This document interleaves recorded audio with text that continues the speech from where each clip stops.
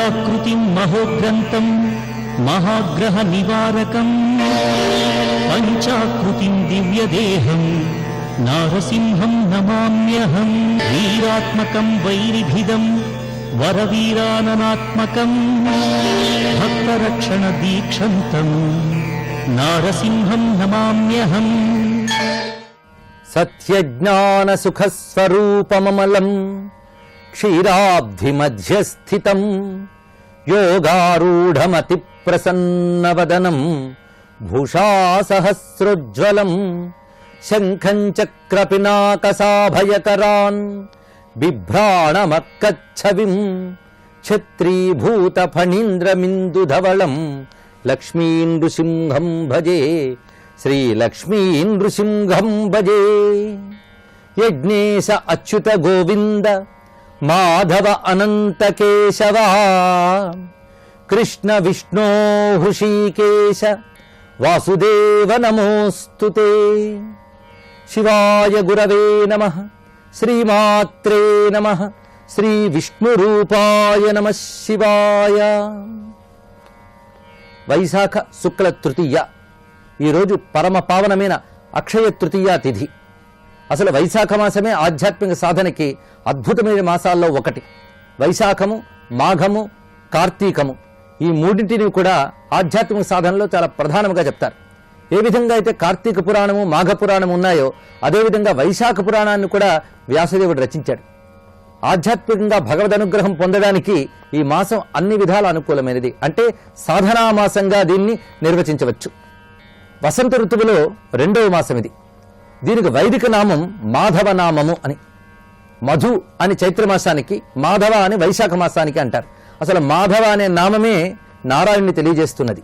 వైశాఖ మాసం లక్ష్మీనారాయణ ఆరాధనకు చాలా ప్రసిద్ధమైనది.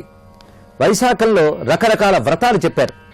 అందులో ఏ వ్రతమైనా పాటించవచ్చు, లేదా అన్ని వ్రతాలు కూడా చేయవచ్చు. ఒకటి, వైశాఖంలో పాడ్యమి నుంచి అమావాస్య వరకు అనునిత్యము కూడా నారాయణ్ణి తులసితో ఆరాధించడం. ఒక్కరోజు కూడా క్రమం తప్పకుండా తులసితో ఆరాధన చేయాలి. అదొక నియమం పెట్టుకోవచ్చు. ఒక్క దళంతోనైనా ప్రతిరోజు తులసితో నారాయణ్ని ఆరాధిస్తాను అని. అదేవిధంగా విష్ణు సహస్రనామ పారాయణ వైశాఖమంతా చాలా ప్రసిద్ధమైనటువంటిది. పైగా ఆ తులసి కూడా కృష్ణ తులసి అర్పిస్తే చాలా శ్రేష్టమని ధర్మశాస్త్రం చెప్తున్నది. రెండవ వ్రతం అశ్వత్థ వ్రతము. అంటే అనునిత్యము కూడా అశ్వత్థ వృక్షానికి సమృద్ధిగా జలం పోసి ప్రదక్షిణలు చేయడం. ఇలా వైశాఖమంతా చేసినట్లయితే అభీష్ట సిద్ధి లభించడమే కాకుండా పితృదేవతలు తృప్తి చెందుతారు అని చెప్తున్నారు.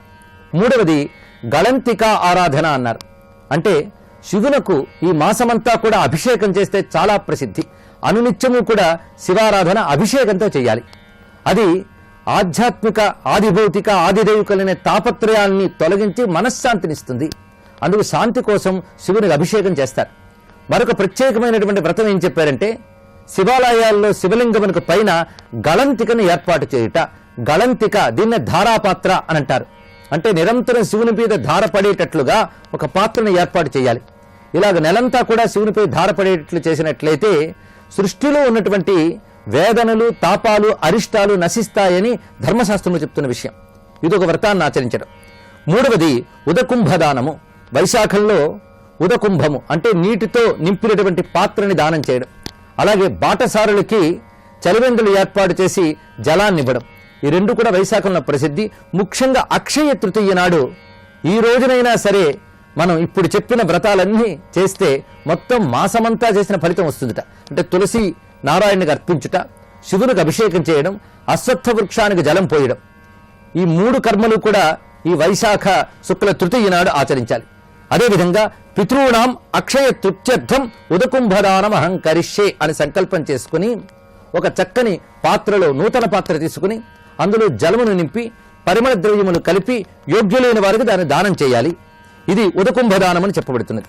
అయితే దీనికి అక్షయ తృతీయ అని పేరెందుకు వచ్చింది అంటే, ఈ రోజున ఏ కర్మ చేసినప్పటికీ అక్షయమైన ఫలితాన్ని ఇస్తుంది.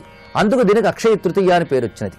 శాస్త్రములందు ఇచ్చే నిర్వచన ప్రకారంగా ఈ రోజు చేసిన జప, హోమ, పితృ తర్పణాదులన్నీ కూడా అక్షయమైన ఫలితాన్ని ఇస్తాయి. అంటే ఈ రోజు చేసిన జపం గాని, హోమము గాని, దానము గాని, పితృతర్పణం గాని అక్షయమైన ఫలితాలు ఇస్తాయి గనక ఈ 4 కర్మలు ఈ రోజు ఆచరించిన వాళ్ళే భాగ్యశాలురు. అందుకు ఇది అక్షయ తృతీయ. అయితే కొన్ని ప్రాంతాల్లో వీటితో పాటు కొన్ని ప్రత్యేకతలు ఉన్నాయి. ఉత్తరాదివి కూడా అక్షయ తృతీయ చాలా ప్రధానంగా పాటిస్తారు. పుణ్యనది స్నానములు, అలాగే సముద్ర స్నానములు, ఇవన్నీ కూడా ఈ తృతీయ నాడు చేయడం ఉన్నది. ఇక బదరీలోను, తమిళనాడులోను, కేరళలోను అన్ని చోట్ల కూడా అక్షయ తృతీయ ఆరాధనలు ప్రత్యేకంగా చేస్తారు. తమిళనాడులో లక్ష్మీ పూజ ప్రధానంగా చేసి ఒక నూతనమైనటువంటి వస్తువుని, బంగారాన్ని ఆ రోజు కొనడం అనేది ఒక ఆనవాయితీ ఉండేది. అయితే ఈ రోజున ప్రధానంగా ఆరాధించవలసింది లక్ష్మీనారాయణ ఆరాధన. లక్ష్మీనారాయణ ఉభయుల్ని కూడా ఆరాధన చేయాలి. అందుకే ఈ రోజున ఆ లక్ష్మీనారాయణ స్వరూపమైనటువంటి లక్ష్మీ నృసింహస్వామికి సింహాచల మహాక్షేత్రంలో చందనోత్సవం ఏర్పాటు చేస్తారు. ఇప్పటి వరకు ఉన్నటువంటి పాత చందనాన్నంతటినీ ఆయన నుంచి తొలగించి నూతనంగా ఈరోజు ఆయనకు చందనాన్ని పూస్తారు. ఎందుకంటే ఆ స్వామిని చల్లబరిస్తే ప్రపంచమంతా చల్లబడుతుంది. నారాయణుడు అంటే విశ్వ శరీరుడు. అందుకే యక్కరోతి తృతీయాయాం కృష్ణం చందనభూషితం వైశాఖస్య సితే పక్షే సయాత్యచ్యుత మందిరం అని చెప్తున్నారు. వైశాఖస్య సితే పక్షే తృతీయాయాం, వైశాఖ శుక్లపక్ష తృతీయ నాడు కృష్ణం అంటే నారాయణ్ణి చందనంతో గాని అలంకరణ చేసినట్లయితే ఆ చేసిన భక్తుడు వైకుంఠానికి చేరుకుంటాడు అంటున్నారు. అంటే భక్తితో ప్రేమతో చేసినట్లయితే ఆ సద్గతి తప్పకుండా లభిస్తున్నది. అయితే చందనం అంటే మనకి బజార్లో దొరుకుతున్నటువంటి చందనం పొడి తెచ్చి నీళ్లు కలిపి పూసేయడం కాదు. దానికి ఒక పద్ధతి ఉన్నది. చందనం కర్ర తీసుకుని దాన్ని సానపై అరగదీసి పెట్టడమే విశేషం. ఆ అరగదీయడంలోనూ కూడా ఒక సాధనం ఉన్నది. అసలు చందనం అరగదీయడం అనేది ఒక కర్మ. అది చేసేటప్పుడు కూడా దానికి మనం యాంటీ క్లాక్ వేజ్ అని చెప్పినట్లుగా ఆ దక్షిణ క్రమంలో తీయాలి, అంతేగాని తిరిగి తిప్పకూడదు. ఎప్పుడైనా ఉత్తమమైన కర్మలకు తీసేటప్పుడు మాత్రం ఈ ప్రదక్షిణ క్రమంలోనే తిప్పాలి తప్ప అప్రదక్షిణంగా తిప్పరాదు. అందులో జలాన్ని పోసి నారాయణ స్మరణ చేస్తూ తిప్పాలి.